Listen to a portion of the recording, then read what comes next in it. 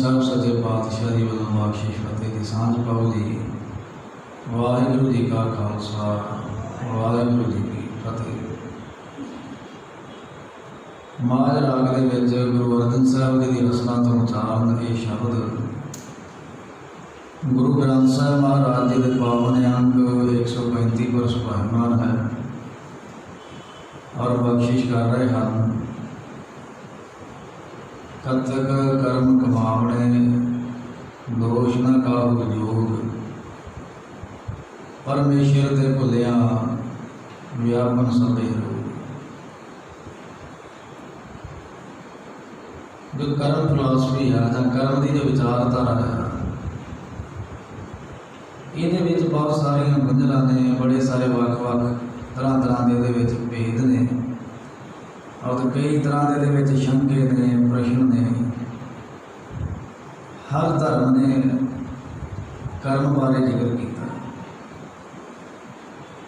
सनातनी मत में भी है, बौद्ध ने तो सारा कुछ ही कर्म से निर्भर किया कि कर्म ही सब कुछ है। इस करके उन्होंने जितनी भी विचारधारा है वो कर्म के ऊपर ही है कि अगर मनुख जोड़ा है अपने कर्म सवाल ले तो वो अकाल पुरख के नाल मिल सकता है, वो चंगा जीवन जी सकता है। तो बहुत चीज़ा सारी विचारधारा जी या उन्होंने जो मार गया वो कर्म फिलोसफी का ही है पूरा।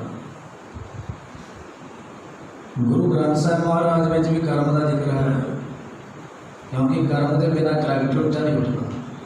जिन्ना चर आप अपने कर्म नहीं सवारांगे तो साड़ा करैक्टर किवें बनेगा। इस करके गुरु साहब महाराज जी ने भी कर्म का जिक्र किया है, पर गुरु ग्रंथ साहब में कले कर्म का जिक्र नहीं है। कर्म और हुक्म का सिद्धांत है। इकल्ला कर्म गुरु साहब महाराज ने ना तो उसको प्रमाण मनिया, जिवें महाराज ने करे तो कर्म दिखावा होर, राम की दरगाह बांधा चोर। ਹੁਣ ਕਰਦਾ तो कर्म आ कुछ होर, दिखावे दे कुछ होर करता है। तो वाहिगुरू जी के हुक्म के सच्ची दरगाह के बन्या होया कर्मां के लिखे के अधीन। जे कर्म फिलोसफी को आप पढ़ीए तो ये मनुख के काम करने के जो या कर्म क्यों करता है या किस तरह के कर्म करता है, तो चार तरह दीयां ने वो विचारां मिलदियां ने। पहला तो है कि मनुख कर्म करेगा स्वार्थ वास्ते, अपने स्वार्थ लिए। जिवें आप सारे आपो अपने कार के लिए पशु पंछी सारे ही कर्म कर रहे हैं, उद्यम कर रहे हैं अपने स्वार्थ वास्ते। कर्म का पहला तो यह है कि जदों भी कोई कर्म करेगा अपने स्वार्थ लिए। दूसरा ये है कि अपना फर्ज समझ के करेगा। जिवें आप किसी के अधीन काम करते हैं या किसी स्थान से काम करते हैं, किसी की जॉब करते हैं, कोई किसी की जगह किसी की फैक्ट्री से जाते हैं, कोई भी आप अगर करते हैं तो अपना फर्ज समझ के करते हैं। ये मेरा फर्ज है, मैं करना है, मेरी इतने ड्यूटी लगी हुई है, मुझे करना है। जब आप बच्चों की प्रतिपादना करते हैं, होर वास्ते कुछ करते हैं, तो अपना फर्ज समझ के करते हैं। तीसरा फिर ये आता है वो है निष्कर्म, बिना किसी वासना के किया हुआ कर्म, जिन्हों आप भगती कहते हैं, जिस कोई वासना नहीं है, किसी तरह का कोई भी अंदर किसी तरह की कोई विचार, कोई मांग, कुछ वाहिगुरू के नाल जो भी बस वो वाहिगुरू की भगती है, निष्काम निष्कर्म कहते हैं। एक होर है वो कहते हैं नखेत कर्म। ये चार तरह के कर्म। नखेत कर्म है चोरी कर ली, डाका पा लिया, चुगली निंदा कर ली, लड़ाई कर ली, कलेश कर लिया, ऐसा नखेत कर्म। और वाहिगुरू महाराज जी के हुक्म के ये कर्म जोड़े अपने चल रहे हैं।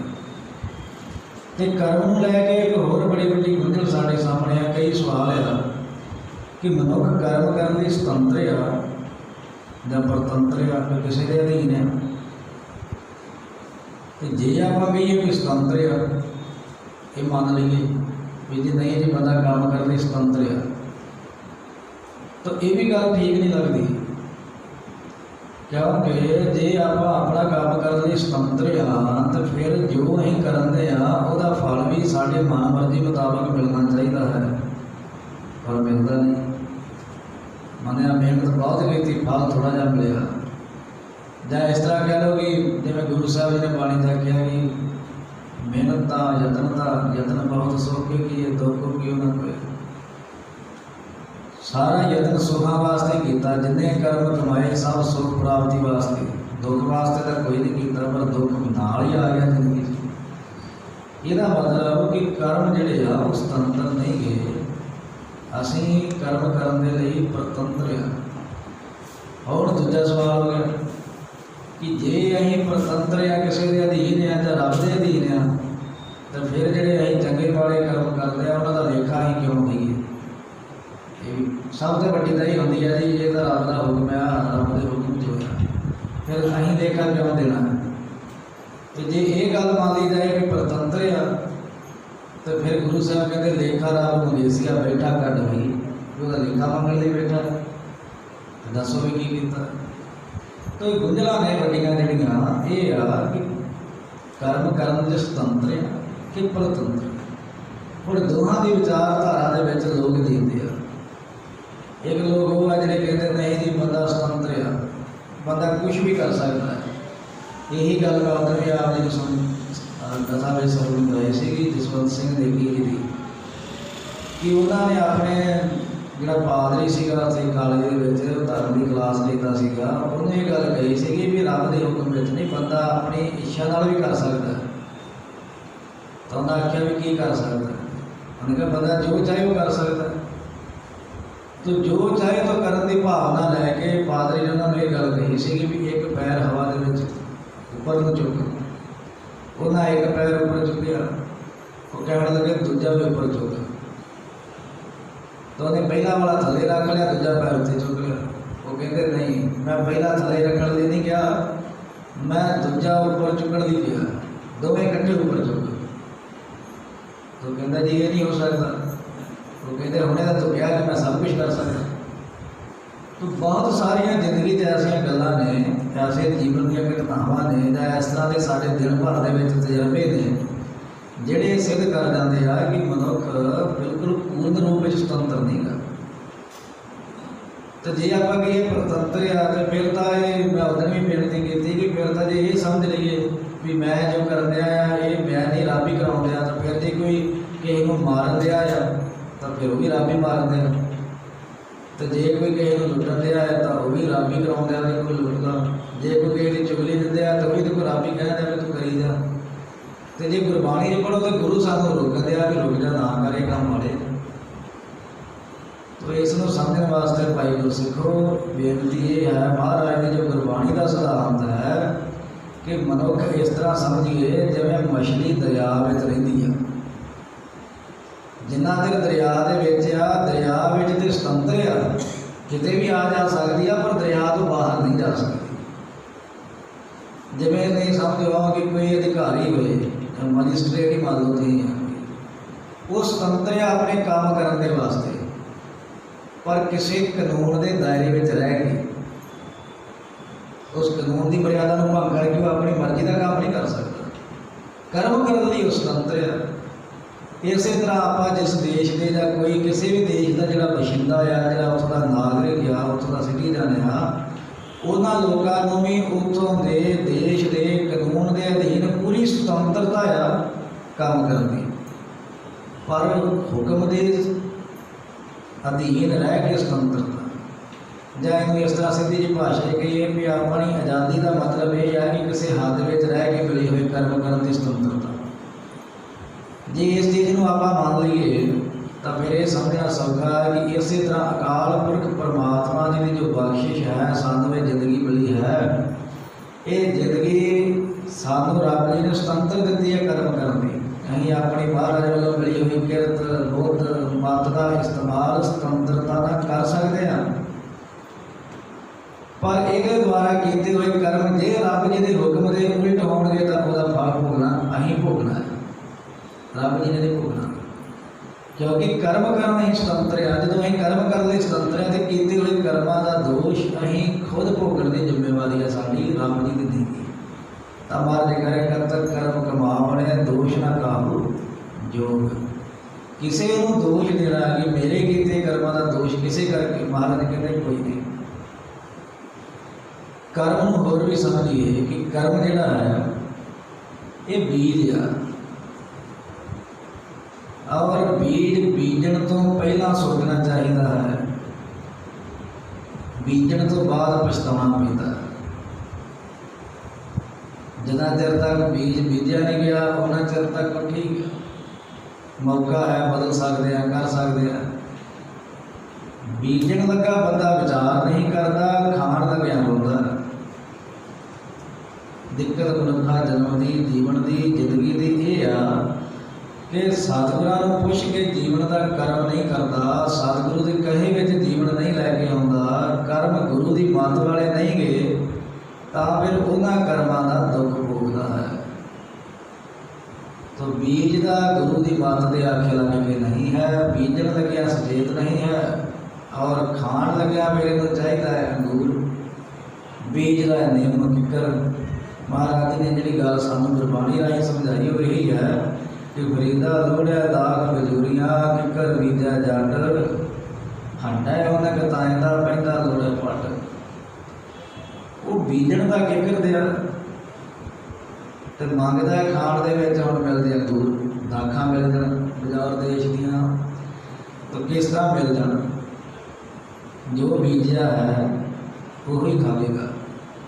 ਜਾਂ सतगुਰਾਂ ने इस तरह होर सानू स्पष्ट आख्या, महाराज जी कहते बीजा वेख मंगै अमृत वेखो यह न्याओ। बीजा की है जहर, मिलेगा कि खाण को? जहर। अमृत किवें मिल जाए? नफरत बीजी है, नफरत ही वंडांगे, प्यार बीजा है, प्यार ही मिलेगा। जो बीजा वही मिलेगा दुनिया। बीजण तो पहला जी साढ़े अंदर सोच है ना, ये साढ़े अंदर पहला सूक्ष्म रूप में फुरना होता है, मेरी सोच बनती है। उस सोच जो दिन रात मेरे अंदर चलन लग पैंदी आ, मैं सोचता है ना, फिर वो मेरे मन से प्रभाव रखती है अपना। जो मन से उस चीज़ का प्रभाव आ जाता है, मन फिर कर्म इंद्रियां को प्रेरणा करता है कि यह काम करो। पहला तो सोच ही फुरती अंदर, फुरना ही फुरिया। मान लो जिवें चोरी का फुरना फुरिया, तो चोरी का फुरना एक दिन फुरिया, 2 दिन फुरिया, 3 दिन, वो मन से असर कर गया। कोई भी चोर एकदम चोरी करता नहीं, वो अंदर पहला तो चलता है कि मैं चोरी करूँ, फिर एक दिन कर लेता, करद्या करद्या फिर वो आदत हो जाती है, आचरण बन जाता। पहला तो सब तो पहला उसके अंदर फुरना बनया सीगा कि मैं करा ये काम। फिर वो सोचद्या वो मन से प्रभाव पै गया कि हाँ ठीक है कर लो। मन ने कर्म इंद्रियां को प्रेरणा की भी कर, तो फिर हम मौके की भाल रहा। जो मौका मिल गया उन्हें उस चोरी को एक दिन अंजाम दिता। उस एक दिन ने फिर मन ने कहा तू एक दिन की, हम दूजे दिन भी चल, वो दूजे दिन भी गया, करद्या करद्या वो आचरण बन गया, उत्ते मोहर लग गई भी बंदा चोर है। इस तरह चंगे पासे की भी वाहिगुरू की बख्शिश के नाल किसी के अंदर परमात्मा के सिमरन का फुरना फुर गया, मैं महाराज जी का नाम जपा। फिर वो अंदर सोच बनती चलेगी कि मैं नाम जपा, वाहिगुरू का नाम जपा जपा। वो मन के संस्कार बन लग पे, तो सहजे सहजे वो जीवन में शुरुआत हो गई। जो जपदा गया जपदा कर्म इंद्रियां को प्रेरणा हो गई भी जे तू हम वाहिगुरू का नाम जपन दिया तो कोई ऐसा काम ना कर जिहड़ा वाहिगुरू की मर्यादा के उलट होवे। उस ढंग की मर्यादा जीवन में पालना करद्या कर्म सवारद्या, क्योंकि पवित्र कर्म होने लग पे, सोच पवित्र होने लग गई। ये पवित्र सोच सीगी, पवित्र सोच विचों पवित्र कर्म का जन्म होना सीगा। सोच जिहड़ी है ना, एक कर्म का गर्भ है, माँ है। जिन्नी चंगी वो होएगी सोच साड़ी, उन्ना ही पवित्र कर्म साढ़े शरीर द्वारा होएगा। ताही महाराज ने बाणी जी सानू बड़ा प्यारा स्पष्ट आख्या कि शीश नवाया क्या चीज हृदय को सुधे जाए। वो सोच तो तेरी माड़ी है, तू शरीर गुरु अगे मत्था टेकना है। इस चीज़ को समझो, क्योंकि प्रभाव सोच का रहना है, कर्म का नहीं। कर्म तो दिखावे का भी हो सकता है, पर जो तेरे अंदर मुकरिया होया वो किवें मिटेगा? ਤਾਂ ਗੁਰੂ ਸਾਹਿਬ ਮਹਾਰਾਜ ਜੀ ਨੇ ਦੁਨੀਆ ਵਿੱਚ ਜਿਹੜੇ ਕਰਮ ਕਰਕੇ ਆਪਣੇ ਜੀਵਨ ਨੂੰ ਸਵਾਰਨ ਦੀ ਗੱਲ ਸੀ, ਮਹਾਰਾਜ ਨੇ ਕਿਹਾ ਨਹੀਂ ਹੋ ਸਕਦੀ। ਇੱਕ ਬਖਸ਼ਿਸ਼ ਹੈ ਜੇ ਕਰਮ ਨੂੰ ਸਵਾਰਨਾ ਜਾਂ ਪਵਿੱਤਰ ਕਰਮ ਦੀ ਗੱਲ ਆਏ, ਹਰ ਕੋ ਨਾਮ ਜਪ ਨਿਰਮਲ ਕਰਮ। ਜਦੋਂ ਕੋਈ ਵਾਹਿਗੁਰੂ ਦੇ ਨਾਮ ਵਿੱਚ ਜੁੜ ਜਾਏ ਤੇ ਸਤਿਗੁਰੂ ਦੇ ਨਾਮ ਸਿਮਰਨ ਦੀ ਬਰਕਤ ਨਾਲ, ਗੁਰੂ ਦੀ ਬਾਣੀ ਦੀ ਵਿਚਾਰਧਾਰਾ ਦੇ ਨਾਲ ਉਹਦੀ ਮਤ ਪਵਿੱਤਰ ਹੋ ਜਾਂਦੀ, ਉਹਦਾ ਹਿਰਦਾ ਪਵਿੱਤਰ ਹੋ ਜਾਂਦਾ, ਉਹਦੀ ਸੋਚਣੀ ਪਵਿੱਤਰ ਹੈ, ਔਰ ਉਹ ਜੋ ਉਹਦਾ ਜੀਵਨ ਹਿਰਦਾ ਪਵਿੱਤਰ ਹੋ ਗਿਆ ਤਾਂ ਉਹਦੇ ਕਰਮ ਵੀ ਪਵਿੱਤਰ ਹੋ ਗਏ, ਕਿਉਂਕਿ ਪਵਿੱਤਰ ਸੋਚ ਪਵਿੱਤਰ ਕਰਮ ਦੀ ਪ੍ਰੇਰਨਾ ਕਰਦੀ ਹੈ। ਉਹਦੇ ਅੰਦਰ ਲਾਲਚ ਨਹੀਂ ਹੋਏਗਾ, ਸੰਤੋਖ ਹੋਏਗਾ, ਹੰਕਾਰ ਨਹੀਂ ਹੋਏਗਾ, ਨਿਮਰਤਾ ਹੋਏਗੀ, ਕ੍ਰੋਧ ਨਹੀਂ ਹੋਏਗਾ, ਪਿਆਰ ਹੋਏਗਾ, ਪ੍ਰੇਮ ਹੋਏਗਾ, ਦਵੈਸ਼ ਕਲੇਸ਼ ਨਹੀਂ ਹੋਏਗਾ। ਔਰ ਜੇ ਸੋਚ ਹੋਏਗੀ ਮਾੜੀ ਅੰਦਰ ਔਗਣਾਂ ਦੀ, ਹਉਮੈ ਦੀ, ਸਾਰੇ ਰੋਗਾਂ ਦਾ, ਸਾਰੇ ਦੁੱਖਾਂ ਦਾ ਕਾਰਨ ਹਉਮੈ, ਸਾਰੇ ਪਾਪਾਂ ਦਾ ਕਾਰਨ ਵੀ ਹਉਮੈ। ਹਉਮੈ ਵਿੱਚ ਹੀ ਸਾਰੇ ਪਾਪ ਜਨਮ ਲੈਣਗੇ। ਤਾਂ ਹਉਮੈ ਕੀ ਹੈ ਕਿ ਮੈਂ ਤਾਂ ਕਰ ਸਕਦਾ, ਮੈਂ ਆਹ ਕਰਦਾ, ਮੈਂ ਆਹ ਕਰਨਾ ਹੈ, ਮੇਰੀ ਮਰਜ਼ੀ ਆਹ ਹੈ। ਤਾਂ ਜਦੋਂ ਇਸ ਤਰ੍ਹਾਂ ਦੀ ਵਿਚਾਰਧਾਰਾ ਬਣਦੀ ਆ ਉਦੋਂ ਮਲੀਨ ਕਰਮ ਆ ਜਾਂਦੇ ਆ। ਜਦੋਂ ਆ ਜਾਂਦਾ ਮਹਾਰਾਜ ਆਪ ਜੀ ਨੇ ਸਮਾਧ ਪਾ ਕੇ ਮੇਰੇ ਜੀਵਨ ਤੋਂ ਕਰਮ ਕਰਵਾ ਲੈਣਾ, ਉਦੋਂ ਫਿਰ ਬੰਦੇ ਅੰਦਰੋਂ ਮਲੀਨਤਾ ਘਟ ਜਾਂਦੀ ਆ। ਤੇ ਇੱਕ ਦਿਨ ਉਹੀ ਵਿਚਾਰ ਇੰਨਾ ਪਵਿੱਤਰ ਕਰ ਦਿੰਦਾ ਹੈ। ਮਹਾਰਾਜ ਨੇ ਕਿਹਾ ਗੁਰਮੁਖ ਹੱਸੈ ਗੁਰਮੁਖ ਰੋਵੈ, ਜੋ ਗੁਰਮੁਖ ਕਰਿਆ ਸਾਈ ਭਗਤ ਹੋਵੇ। ਹੁਣ ਉਹਦਾ ਹੱਸਣਾ ਵੀ ਭਗਤੀ ਆ, ਉਹਦਾ ਜੀਵਨ ਕਰਨਾ ਵੀ ਭਗਤੀ ਆ। ਉਸ ਰੱਬ ਦੇ ਰੰਗ ਵਿੱਚ ਰੱਤੀ ਹੋਈ ਰੂਹ ਦਾ ਸ਼ਸਤਰ ਚਲਾਉਣਾ ਵੀ ਭਗਤੀ ਆ, ਕਿਉਂਕਿ ਉਹਦਾ ਸ਼ਸਤਰ ਵੀ ਭਗਤੀ ਕਰਮ ਵਿੱਚ ਚੱਲੇਗਾ। ਨਹੀਂ ਤਾਂ ਲੋਕ ਤਾਂ ਦੁਨੀਆ ਲਈ ਲੜਨਗੇ, ਜਾਇਦਾਦਾਂ ਲਈ ਲੜਨਗੇ, ਪ੍ਰਾਪਰਟੀਆਂ ਲਈ, ਧਨ ਪਦਾਰਥਾਂ ਲਈ, ਇੱਕ ਦੂਜੇ ਦੇ ਲਈ, ਪਰ ਉਹ ਰੱਬ ਵਾਸਤੇ ਲੜੇਗਾ। ਪਰਮਾਤਮਾ ਦੇ ਹੁਕਮ ਦੀ ਪਾਲਣਾ ਕਰੋ, ਉਹਦਾ ਸਿਧਾਂਤ ਬਣਿਆ ਰਹੇ ਉਹਦੇ ਵਾਸਤੇ। ਤਾਂ ਗੁਰੂ ਗੋਬਿੰਦ ਸਿੰਘ ਮਹਾਰਾਜ ਦੇ ਤੀਰ ਚਲਾਉਣੇ ਭਗਤੀ ਆ, ਸਿੰਘਾਂ ਦਾ ਸ਼ਸਤਰ ਚਲਾਉਣਾ ਭਗਤੀ ਦੇ ਅਧੀਨ। ਇਸੇ ਕਰਕੇ ਸਾਡੇ ਮਹਾਰਾਜ ਨੇ ਸਾਰੇ ਸਿਧਾਂਤ ਗੁਰੂ ਗ੍ਰੰਥ ਸਾਹਿਬ ਦੀ ਗੁਰਬਾਣੀ ਵਿੱਚ ਬਖਸ਼ਿਸ਼ ਕੀਤੀ। ਮਹਾਰਾਜ ਨੇ ਸਾਰਾ ਕੁਝ ਸਾਨੂੰ ਦੱਸਿਆ ਗੁਰਬਾਣੀ ਦੇ ਵਿੱਚ। ਤਾਂ ਇਸ ਤਰ੍ਹਾਂ ਇਹ ਕਰਮ ਜਿਹੜਾ ਆ ਮਨ 'ਤੇ ਅਸਰ ਕਰਦਾ ਆ, ਫਿਰ ਉਹ ਆਚਰਣ ਬਣ ਜਾਂਦਾ। ਆਚਰਣ ਬਣ ਜਾਏ ਉਸ ਨੂੰ ਬਦਲਣਾ ਬੜਾ ਮੁਸ਼ਕਿਲ ਹੈ। ਉਹਨੂੰ ਮਹਾਰਾਜ ਜੀ ਨੇ ਗੁਰਬਾਣੀ 'ਚ ਇਸ ਤਰ੍ਹਾਂ ਵੀ ਆਖਿਆ ਕਿ ਨਿੰਮ ਦਾ ਸੁਭਾਅ ਕੌੜਾ ਕੁੜੱਤਣ। ਤੇ ਕੋਈ ਬੰਦੇ ਨੇ ਸੋਚਿਆ ਵੀ ਇੰਨੀ ਕੌੜੀ ਨਿੰਮ ਆ, ਇਹਨੂੰ ਮੈਂ ਰੋਜ਼ ਸ਼ਰਬਤ ਪਾਉਂਦਾ, ਇਹਦੀਆਂ ਜੜ੍ਹਾਂ ਦੇ ਵਿੱਚ ਮਿੱਠਾ ਹੋ ਜਾਏ। ਉਹਨੇ ਰੋਜ਼ ਸ਼ਰਬਤ ਪਾਉਣਾ ਸ਼ੁਰੂ ਕਰ ਦਿੱਤਾ। ਇੱਕ ਦਿਨ ਸ਼ਰਬਤ, 2 ਦਿਨ, ਨਿੰਮ ਗਲ ਕੇ ਤੇ ਡਿੱਗ ਗਈ, ਕਿਉਂਕਿ ਕੀੜਾ ਲੱਗ ਗਿਆ ਮਿੱਟੀ ਨਾਲ। ਗਲ ਕੇ ਤਾਂ ਡਿੱਗ ਗਈ, ਪਰ ਕੁੜੱਤਣ ਨਹੀਂ ਗਈ ਉਹਦੀ। ਸੁਭਾਅ ਸੀ ਨਾ ਦਾ। ਮਹਾਰਾਜ ਕਹਿੰਦੇ ਅੰਮ੍ਰਿਤ ਲੈ ਲੈ ਨੀਮ ਸੰਜਾਈ, ਕਹੋ ਕਬੀਰ ਕੁਮਾਰ ਕੋ ਸਹਿਜ ਨਾ ਜਾਈ। ਉਹਦਾ ਸਹਿਜ ਸੁਭਾਅ ਜਿਹੜਾ ਸੀਗਾ ਉਹ ਨਹੀਂ ਮਿਟਿਆ। ਔਰ ਜਿਹੜਾ ਆਚਰਣ ਬਣ ਗਿਆ ਹੈ ਮਲੀਨਤਾ, ਬੁਰਿਆਈ, ਉਹਦੀ ਬੁਰਿਆਈ ਕਿਵੇਂ ਮੁੱਕੇ ਅੰਦਰੋਂ। ਰੋਜ਼ ਤੁਸੀਂ ਕਹੀ ਜਾਓ ਨਿੰਦਾ ਨਹੀਂ ਸੁਣਨੀ, ਨਿੰਦਾ ਨਹੀਂ ਕਰਨੀ, ਰੋਜ਼ ਪੜ੍ਹੀ ਵੀ ਜਾਏ, ਰੋਜ਼ ਸੁਣੀ ਵੀ ਜਾਏ, ਰੋਜ਼ ਕਥਾ ਵੀ ਕਰੀ ਜਾਏ, ਤਾਂ ਵੀ ਉਹ ਛੱਡ ਨਹੀਂ ਸਕਦਾ, ਕਿਉਂਕਿ ਉਹਦਾ ਸੁਭਾਅ ਬਣ ਗਿਆ। ਉਹਨੂੰ ਖੁਦ ਨਹੀਂ ਪਤਾ ਨਹੀਂ ਕਿ ਮੈਂ ਕੀ ਕਰਨ ਡਿਆ। ਇਸ ਕਰਕੇ ਮਹਾਰਾਜ ਜੀ ਨੇ ਸਾਨੂੰ ਇਹ ਬਖਸ਼ਿਸ਼ਾਂ ਕੀਤੀਆਂ। ਹੁਣ ਇਹ ਕਰਮ ਦਾ ਕੀਤੇ ਆਪ, ਬੀਜ ਦਾ ਬੀਜਿਆ ਆਪ। ਤੇ ਜੇ ਆਪ ਬੀਜਿਆ ਆਪੇ ਬੀਜ ਆਪੇ ਹੀ ਖਾਓ। ਇਹ ਤਾਂ ਹੈ ਨਹੀਂ ਵੀ ਕਿਸੇ ਨੂੰ ਖਵਾਉਣਾ ਆ।